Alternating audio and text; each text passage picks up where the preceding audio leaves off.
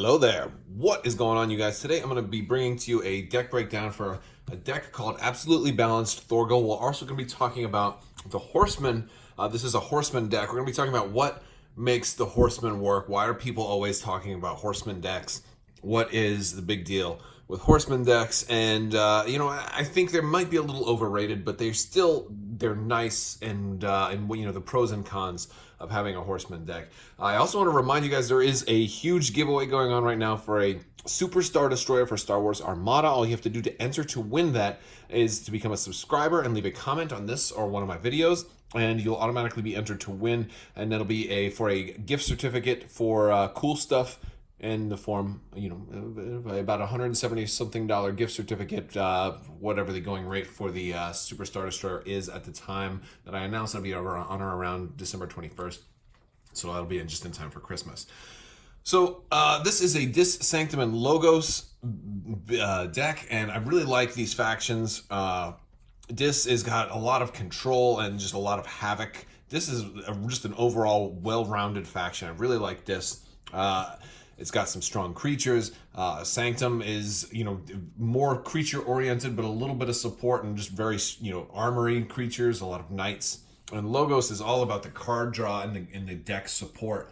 So I figure this is, I liked this deck already before I even turned it over and saw that it had, the Horsemen in it. So when you do look at Horsemen, you're going to see that, if you do, first thing, Horsemen are Sanctum. I have not seen yet any Maverick Horsemen. So the big question that's out there is, if you were to get a Maverick Horseman, do you get the other three as also special Mavericks in that same faction, or would you potentially get a lone Horseman all by itself? And if that's the case, could that happen in a deck where maybe giving you 5 Horsemen? Or could that happen in a deck where you already have Horsemen and Sanctum, and maybe you end up with 8 Horsemen as a result of that? Although I have seen some actual 8 Horsemen decks, so in the event that Sanctum does get like 2 Horsemen of Pestilences, then you'd have 8 Horsemen. That's extremely rare. That would be really cool. I would love to play against a deck like that. That would be very, very fun. So, but yeah, so this deck has a lot of interesting stuff in it. But we're going to go ahead and take a look at the deck, and we're going to start with Horsemen. Because this deck is, I think, a pretty solid deck. So what do the Horsemen have? There's 4 Horsemen. If you get one, you're going to get all of them, right? So first thing, they all synergize with each other. This one is the most important one, the Horsemen of Death. I mean, they're all situational, but the Horsemen of Death, when you play this one, you get to return all Horsemen from your discard pile to your hand. And this is the one that makes a double Horseman deck so deadly, because you'll have 2 Horsemen of Death in there, and you can have an infinite loop of just continuing to recycle them over and over again. It's just insanity. So really good card. And the way to deal with that is purging, or there are like cards that will put a creature into your, or an opponent can put one of your creatures into their archive. That's something that can happen. That's one way to get rid of one of these. Just trying to, or shuffling things into each other's library can temporarily break it, but really good card. I especially like Horsemen with Logos because they help you get through your deck a little faster, and you can get those Horsemen out. But some of them are also situationally not necessarily that great. So this one's super great. The Horseman of Famine is a tough one because it's got play, fight, and reap. It destroys the least powerful creature. Now, I say that's situational because this obviously can't be the first creature you bring out because he'll destroy himself. So you have to figure out, like, well, if and if your opponent only has big creatures, like against Brobnar, for example, well, that might not be all that useful to bring him out. Because you're going to have a lot of maybe 6s and up. So that's not necessarily good. But against Shadows, maybe, it's going to be very effective. Maybe against Untamed, it'll be effective. Although you got a healthy blend over there. Even potentially against other Sanctum, there's a lot of Sanctum creatures that are 4. Sanctum's kind of middle of the road as far as power. So Horsemen of Famine, situational, but potentially really strong. Horsemen of Pestilence, deal 1 damage to each non-Horseman creature. This one does not hurt your own creatures, unlike Famine, which can potentially kill you. Horseman of Pestilence, whenever you play, and this is play, when you bring him out also, is dealing 1 damage to everybody that's not a Horseman. Now, again, against another Horseman deck, if you do a Horseman on Horseman deck, these guys won't even, they'll ignore each other. but against, this is really devastating against, like, small creatures. Dis has a couple of small creatures. Shadows has a lot of small creatures. This is really devastating against those shadow creatures. Not too hard. It doesn't hurt Sanctum creatures that much, and that's one reason that it's good that it's with Sanctum, because if you get a bunch of knights, you reap with this guy, well, he's just going to deal 1 damage. That's just going to go to their armor and not actually hurt them, so they're going to be okay. And then Horsemen of War, this one works really great if you have other creatures, a lot of other creatures, and you want them to be able to attack, and then I'll use all your Sanctum creatures that you played this turn to go ahead and be able to do other stuff.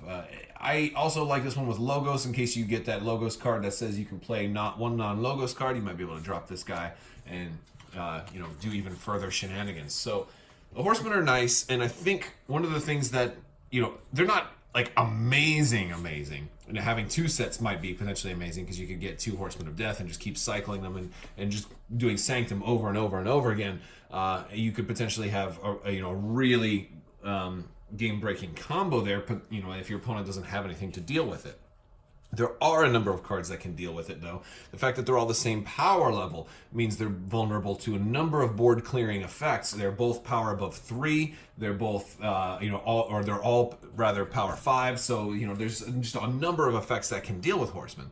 However, there are so many decks where synergy is kind of random, and you're hoping that you're going to have things that synergize. One example I'm going to talk, like Niffle Queen is one of those cards that's in Untamed, and will give a bonus to like a Niffle Ape. You might get like a deck with that, but you may only have 1 Niffle Ape in the deck, and so it's like, I got this awesome combo, but I can't barely use it because it only works on 1 time.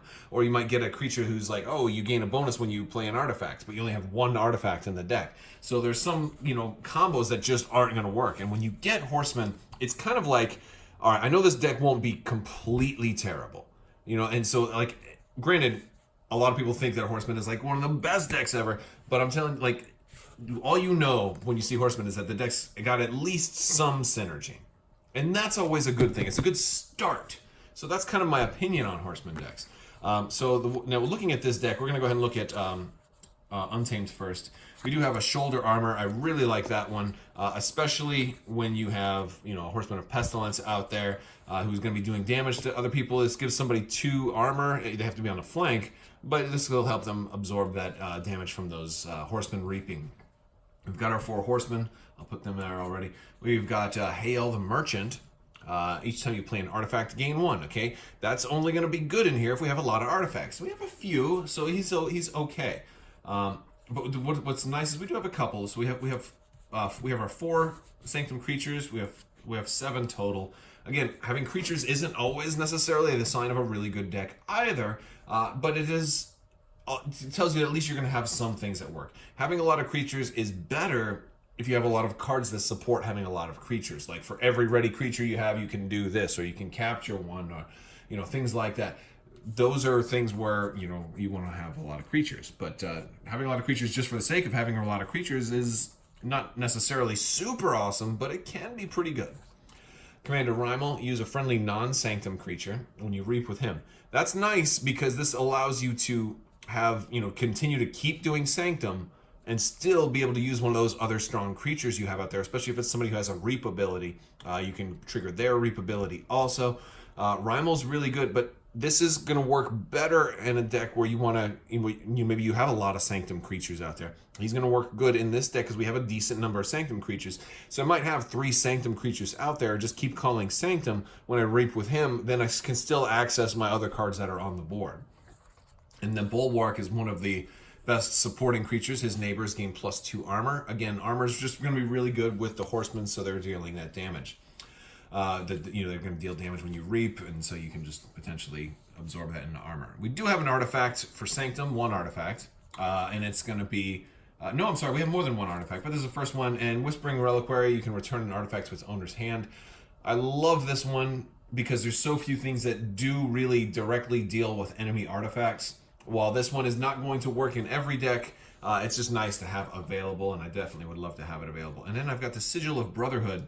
This is a really good one for this deck, but this is one of those cards where if you don't have a lot of Untamed creatures, it might be a junk a junky artifact to have. But at least it gives you 1 amber, and you can always sacrifice it. It's got Omni. You can sacrifice it for the remainder of the turn. You may use Friendly Sanctum creatures.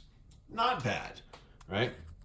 We've got Virtuous Works, one of the best actions in the game. I absolutely love that one. Just straight up 3 amber. And then we've also got, so not a lot of actions from Untamed, right? And then Inspiration, ready and use a friendly creature. Again, this can be from inside the in your deck. It can be one of your horsemen. If there's a lot of low power creatures, you want to get that one guy, you know, or it can be outside of faction as well. Again, all around good card, all around good card. Now we're gonna look at our Logos stuff. We got some Logos creatures, and having a lot of creatures in here is nice, especially for things like that Sigil of Brotherhood. We want to do some more creatures. We got the Titan mechanic. Overall good card. He's 6 power, and when he's on a flank, each key costs -1. So the fact that you can put him out when you want is great. Skippy Time Hog, only 1. Your opponent cannot use any cards next turn. That one is just nasty. Cannot use any card. You can play cards, but you can't use anything that's on the board. This one is so cool. I absolutely love it because just under the right circumstances, that can completely shut somebody down and can completely screw up their plans in a way they did not see coming. I love it. Not just cards of one faction, anything on the board they can't use. Anything that they were going to bring into play and maybe play. Maybe Speed Sigil is in there and they were planning on playing a creature and reaping with it right away. No. Dexter. Dexter's just kind of normal. He can go back on top of your deck. Sometimes you don't want him to go back on top of your deck, but hey, he's okay. And he captures 1. He's all right. Again, he's weaker though, so your horsemen are probably going to kill him, right? And Brain Eater. After a creature is destroyed fighting Brain Eater, draw a card. Oh, pretty good one. Again, card draw is kind of Logos' thing. We have 2 of those, but it's a 6. Power 6, pretty strong. Pretty strong. We do have some artifacts for Logos too, so that is actually turning out that's going to synergize well with our little artifact guy over in Sanctum. Strange Gizmo. This is absolutely the silliest thing. Absolutely the silliest thing ever. I love the flavor text here. It gives you an amber. After you forge a key, destroy each creature and artifact. This is just so dangerous because it's going to get your own stuff too. This seems like a card that would synergize really, really, really good with an Untamed deck that is all about spells, like a lot of amber generation. But we have so many creatures that this one might not actually be that good in this deck. Maybe you just use it situationally. I see this being a card we probably discard a little bit more often than not in this deck. The Anomaly Exploiter. As an action, we can destroy a damaged creature. That one's really, really nice, especially with comboing with the Horseman. That is very, very nice because now we can be doing 1 damage to everything, and we can kill something of our choice. We again probably not on the same turn because they're different houses, but you play those Horsemen long enough, or plus we've got Phase Shift. We could use Phase Shift, play that 1 Horseman, damage to everybody. Now Anomaly Exploiter, something like that, right? Remote Access. Use an opponent's artifact as if it were yours. Just an all-around great card. Opponent's artifacts are usually really nasty things, and this also gives us an amber. But the other thing that's kind of cool about it, during my turn, when I'm playing this, well, my opponent's artifact is going to be untapped because they just finished their turn, right? So I'm going to use their artifact. It's now going to be tapped. So if it's an artifact they were planning on using multiple turns in a row, well, it's not going to. I'm also going to deny them access to it since they're not going to untap until the end of their turn. Library Access is in this deck. This is a great card. Great card, especially if you're setting up for a big turn. For the remainder of the turn, each time you play another card, draw a card. So good. We have Lab Work here. Archive a card. It helps just combo with everything. Archive, you're setting stuff into your archive. Maybe I'll do a video on archives because I think that's something some new players are confused on. But your archive is just a separate area where you're going to keep all your cards that you archive. And then after you declare a house, you can just pull all of those into your hand. So you can really build up to a power turn. And of course, we got to have some control because this deck doesn't have a whole lot of that so far, right? Effervescent Principle, just making everybody lose half of their stuff. So when your opponent has a superpower turn and then they just collect all of this amber, you can just be like, cut it all in half. Now we're up to Dis. We're going to start off with one of the greatest cards of all time, Collar of Subordination. You control this creature. Just take take control of somebody's creature. Just take it. They put a big taunt creature in the middle of all their weaker creatures. You can't come get me because this guy's out. You take control of it. They put a creature out there that says, you can't do this while this guy's in play. Oh yeah? I control it. So no, you can't do that. Amazingly good card. Amazingly good card. Absolutely love it. We have Succubus. And this one's so nasty too. Really good first turn play too. During their draw step, your opponent refills their hand to one less. We have 2 of those. If you, in theory, if you had enough Succubuses out there, you could totally shut down your opponent. That would just really ruin somebody's day. Nasty. This has a lot of cards that just ruin people's day. This is can create a negative play experience. That's why you got to have some. You got to be prepared for that. Stealer of Souls. Again, so we're doing well on creatures. We have a good healthy amount of creatures in this deck, and a little bit of synergy so far. So this deck seems like it'll actually do pretty well. I think it's kind of strong. So the name Absolutely Balanced Thorgal. I don't know if this one is that balanced, but again, it will all be once the chains come out. But the Stealer of Souls can purge a creature after he kills them. He has to survive to do that, but yes. Snudge, return an artifact or flank creature to its owner's hand. You know, one of the things I would do on Stealer of Souls is to try to maybe pair him up right next to a knight and gain some armor as a result of that, or one of those upgrades on him. That'd be a really nice one. But so again, returning an artifact to its owner's hand is always nice because artifacts come into play tapped also. We got a pit demon who can steal. It's okay. He's power 5. Again, a lot of stronger creatures. Here's some of the weaker ones. Ember Imp, one of my favorite first turn plays, especially if you're a first player. Toss out an Ember Imp. Your player 2 is like, I'm gonna get to play all these cards, and no, you can only play 2, unless of course you kill it. And then Charette, who is a staple for Dis, just to come on in and capture 3. Usually a good card to slow somebody down from forging a key. We have some artifacts over here as well. So a lot of artifacts in this deck, and I think that's one thing that's going to really increase its flexibility. This one is really nice too. As an Omni, you can sack it, and your opponent cannot play creatures on their next turn. Pretty nasty, especially against the right deck. You can't play creatures. Sorry. Dominator Bubble. Use a friendly creature. Nasty again. I love this one because you just put it out. You can just keep going with this, and then just activating other creatures out from outside of this, or you go back to your Sanctum guy and you use Dominator Bubble on Rymel, and then you can reap with him, and then use somebody else. So there's some synergies here, and that's the thing that makes a deck good is those synergies make a deck. The more synergies you have, I think the better your deck's going to be, the more likely you're going to get to pull stuff that works together, and makes the game fun. Not only effective, but fun. Control the Weak. A really strong card here for control. It gives you an amber, and when you play it, you choose a house on your opponent's identity card, and your opponent must choose that house as their next active house on their next turn. Just nuts. Very, very strong house. Very, very strong card. Especially if your opponent just played a whole bunch of stuff, or just and you know that they don't have very much of that in hand, you go for it. And then Arise. This one really seems to work well with the Horsemen. In case you do end up losing all 4 of your Horsemen, you can play Arise, pull all of them back. We have so many.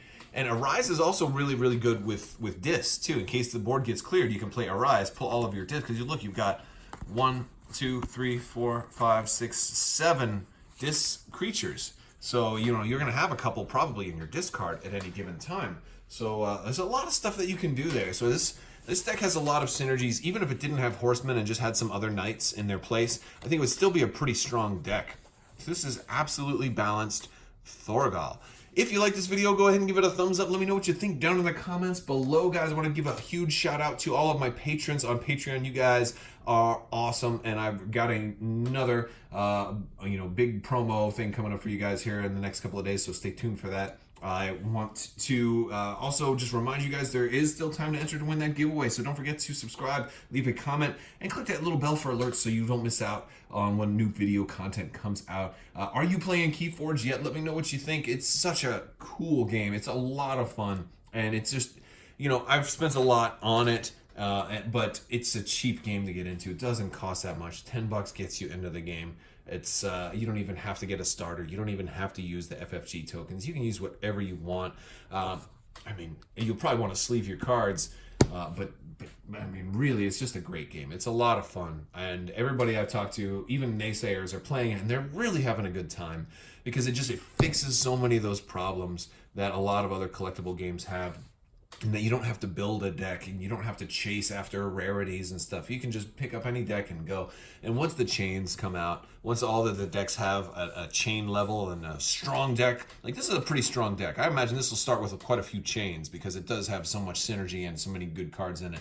I think that, you know, a deck like this might start off with like maybe 8 or 9 chains, and I'll be drawing less and less cards every turn. Maybe even more than that. I really don't know how it's going to be balanced, but I think it's going to be a lot of fun. So I want to thank you guys again so much for watching.